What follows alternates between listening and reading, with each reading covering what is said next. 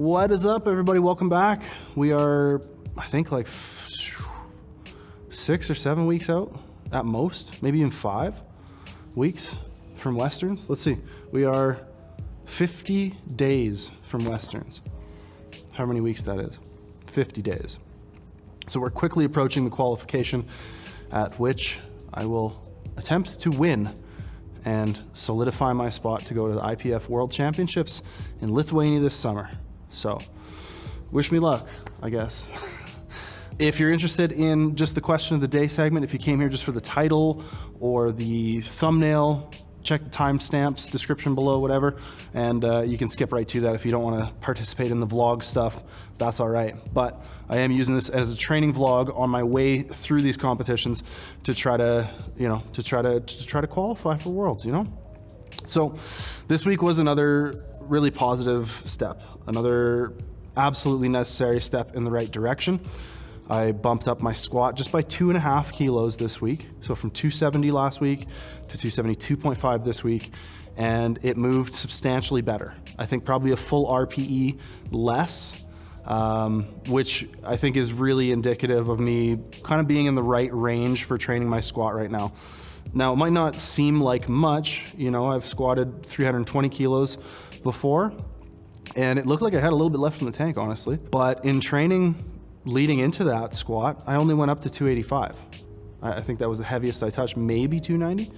But in any case, training range for me sort of begins around that 270, 272 mark, where I'm starting to be able to put in some work and see some actual adaptation. So to be there at this point where I still have the rest of this block, a deload, and a full nother block, I think is really encouraging.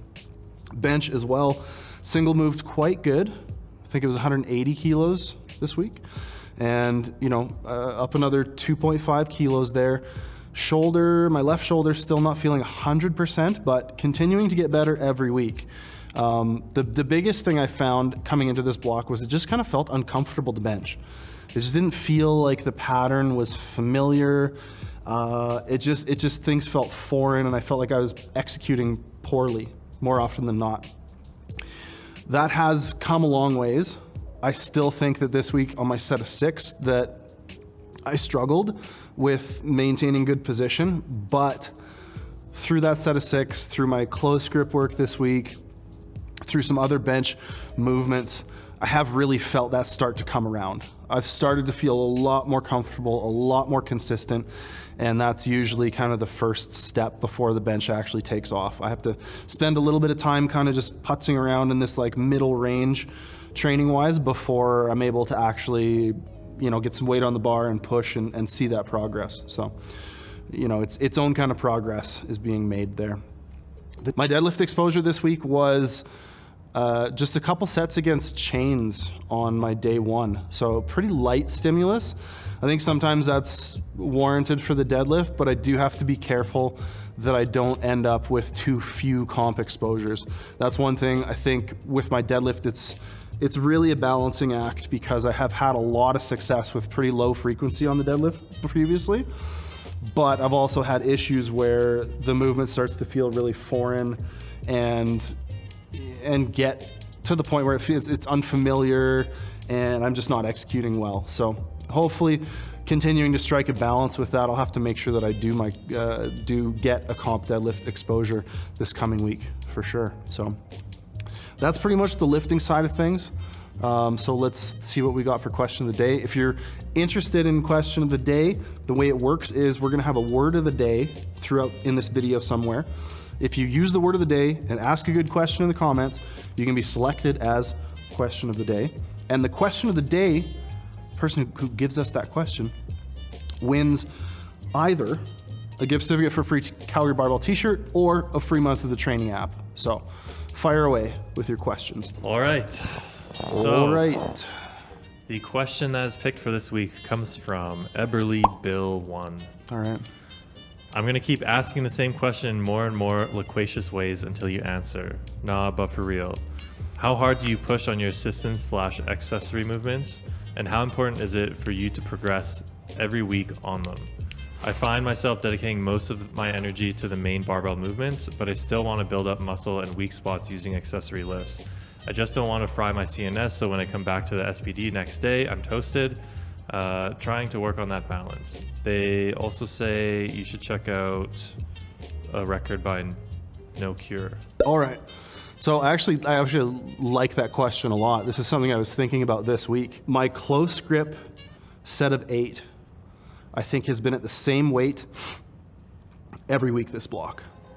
And the way that I differentiate, putting that intent in or deciding whether or not I'm going to push it is mostly based on auto-regulation.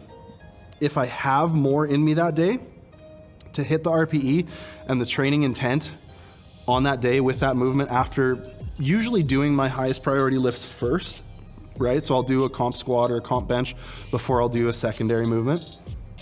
And the ordering of that starts to come into play when you look at the auto-regulation of those accessory movements. Now, you can also kind of break down accessory movements into, what I would call developmental exercises and then supplemental exercises. Developmental exercises being movements that are focusing on the movement, right? Things like a paused squat, paused deadlift, pin press, things like that mimic very closely the competition movement. And supplemental movements being things like tricep push downs or dumbbell overhead press. That's further down on the less specific side of the spectrum. And I think with the developmental movements, if I can, I would like to eke out a bit of progression on those as often as is realistic. Like I said, in the instance of, or in the case of my close grip bench this block, it's been the same every week. My comp bench is going up though, so that to me is enough of an indicator that it's doing its job. I don't necessarily need to see progress on the developmental movements. If I can, I will take it, but I also don't want to overshoot, right? And I think that combined with intelligent program design is going to be enough to keep you from overdoing it. A lot of it's going to be trial and error. You're going to have to try pushing harder on a movement and see if that impacts you down the road. It might not impact you for a few weeks. A lot of what we do, even as coaches and educated people who've been working in this field for years, a lot of what we do is, relatively, to be generous, relatively high accuracy trial and error, right? That's the job of a coach, is to kind of help you fumble and stumble a little less as you try things out and gauge the reaction to those different training protocols. So I definitely think that, there's a place for those movements to be pushed. I think the intent of the training block matters a lot. If you're peaking for a competition, you're probably not as worried about making sure that you're pushing, 4 or 5 hard sets of tricep push downs per week. Whereas if you're just post meet and you're trying to, develop maybe a little bit more hypertrophy or work capacity, then maybe you are trying to push those things a little harder. So a lot of the answer to that question depends on the protocol that's been prescribed, the intent of the training, and you can ask your coach, or you're the one dictating that intent. What are you trying to do with that? It's a great way to start to analyze your own programming, and even is a question that's pretty much mandatory if you're going to write your own programming. If you're going to write something down, what is the intent? What are you trying to do with this movement, this rep range, this protocol, this structure, this undulation, this periodization? What is the intent? Why are you doing any of these things? You should always have a firm answer and a solid answer to most of those things. And if you can have good answers for all those questions, it's going to make it easier for you to harangue all of the maybe different qualities that you're trying to get, or it's gonna help you answer all the questions that you might have by kind of answering that question first. All right, that's it for today. I hope everybody's having a great time.